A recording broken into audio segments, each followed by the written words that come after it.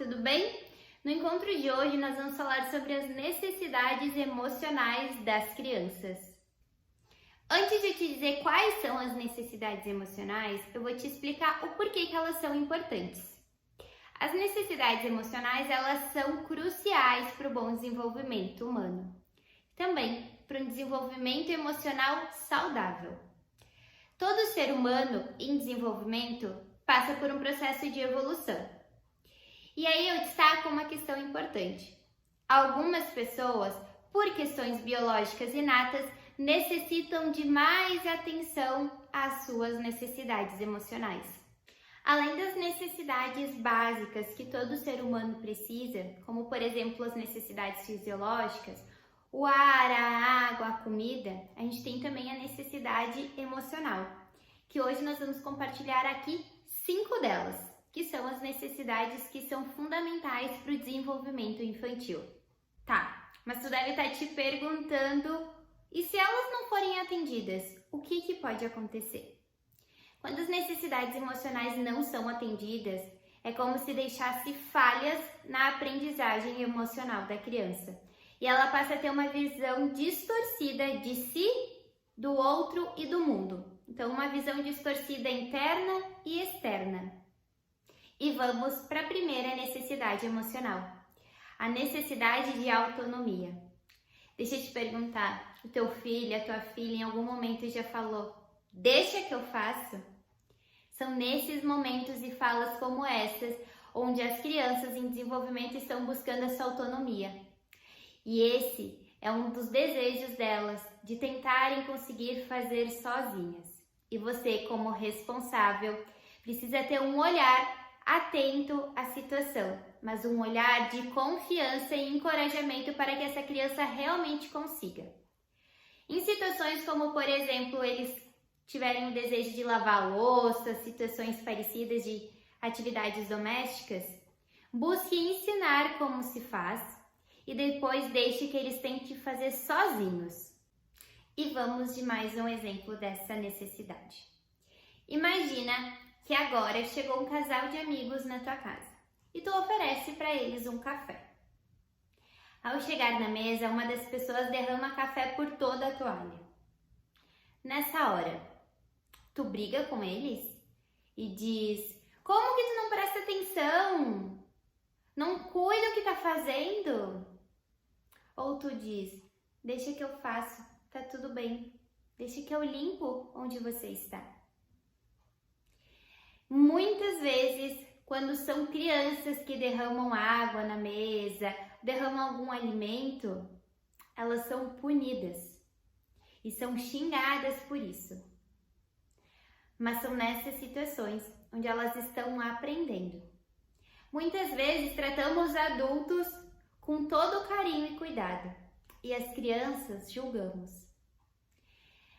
E um exemplo como esse, onde a criança possa ter derramado algo, ensine a ela como ela pode estar fazendo a limpeza e permita que ela possa fazer do jeito dela.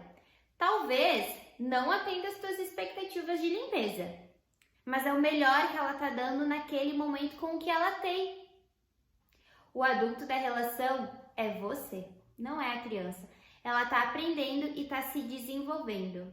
E vamos para a nossa segunda necessidade emocional, que é o vínculo seguro.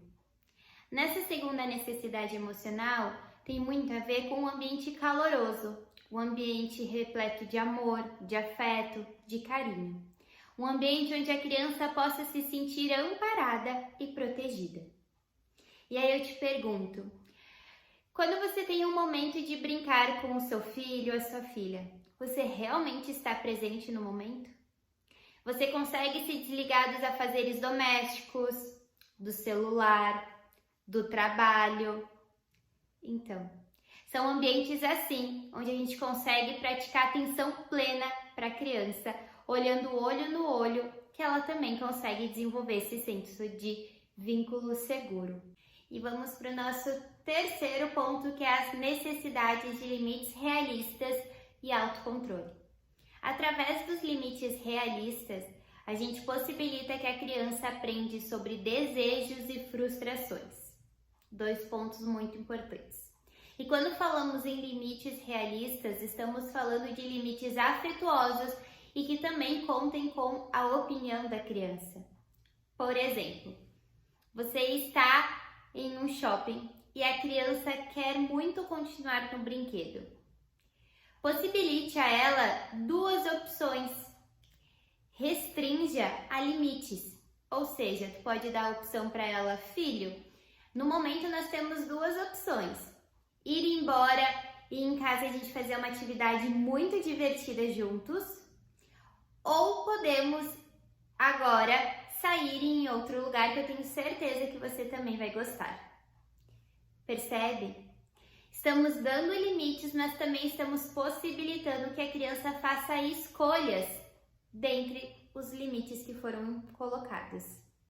Mais um ponto nessa necessidade é a questão de ter uma rotina. Quando a gente tem uma rotina, principalmente com crianças, a gente possibilita que elas consigam se organizar mentalmente de uma forma mais adequada. Por exemplo, ter um horário certo para acordar, um para dormir, o horário para as atividades escolares, o horário do brincar, possibilitando assim que ela consiga criar a rotina. E aí vai uma dica também: construa uma rotina física e deixe no quarto da criança para que ela possa também ir acompanhando e vendo tudo que ela já foi concluindo ao longo do dia. E vamos para a nossa quarta necessidade, a necessidade de orientação para si. Nessa necessidade, a criança basicamente precisa ser validada. Nada de frases como engole o choro, isso daí não é nada, deixa para depois. Não. Criança precisa ser validada, criança precisa ser escutada. Assim como adultos, as crianças também têm emoções. A diferença é que o adulto, em tese, deveria saber lidar com as suas emoções, mas nem sempre a gente sabe, não é mesmo? Então imagina uma criança que o cérebro não está totalmente completo, que precisa lidar sozinha com as suas emoções. Difícil, né? Vamos para a nossa quinta necessidade, que é a necessidade de espontaneidade e livre expressão. Para começar falando sobre essa necessidade, eu quero te fazer duas perguntas. O que você faz quando tem emoções desagradáveis, desconfortáveis? Como a tristeza, a raiva, a ansiedade, a angústia. Você costuma entender essas emoções ou costuma fazer de tudo para se livrar delas? Em uma sociedade onde a todo custo a gente busca felicidade, quando sentimos essas emoções mais desconfortáveis, a gente tenta fugir, muitas vezes. E com as crianças, muitas e muitas vezes também reproduzimos isso que aprendemos. De dizer para elas deixarem para lá. Ou quando ela diz que algo está doendo, aí os pais dizem, isso não é nada.